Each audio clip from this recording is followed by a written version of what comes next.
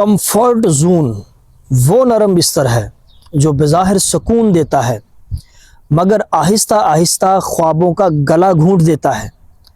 یہ دشمن اس طرح آتا ہے کہ لگتا ہے دوست ہے، مگر یہی وہ خاموش زنجیر ہے جو انسان کو اس کی اصل اڑان سے روک دیتی ہے۔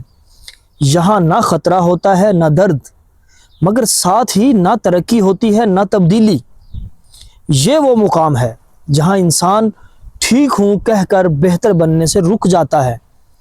جو جگہ تمہیں آرام دے وہ ہمیشہ تمہیں آگے نہیں لے جاتی۔ کبھی کبھی ترقی وہاں شروع ہوتی ہے جہاں سکون ختم ہوتا ہے۔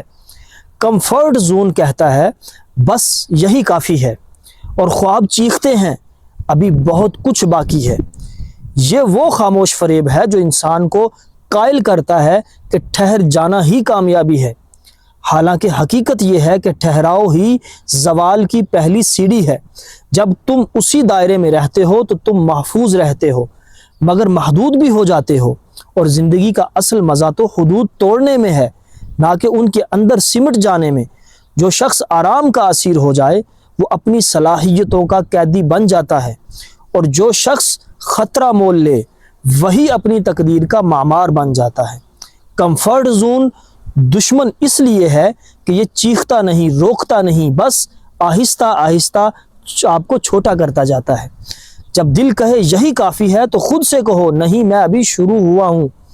جب ذہن کہے آسان راستہ لو تو جواب دو میں آسان نہیں، عظیم راستہ چاہتا ہوں، کیونکہ حقیقت یہ ہے زندگی وہاں بدلتی ہے جہاں آرام ٹوٹتا ہے، اور انسان وہاں بنتا ہے جہاں وہ اپنی حدود سے باہر نکلتا ہے۔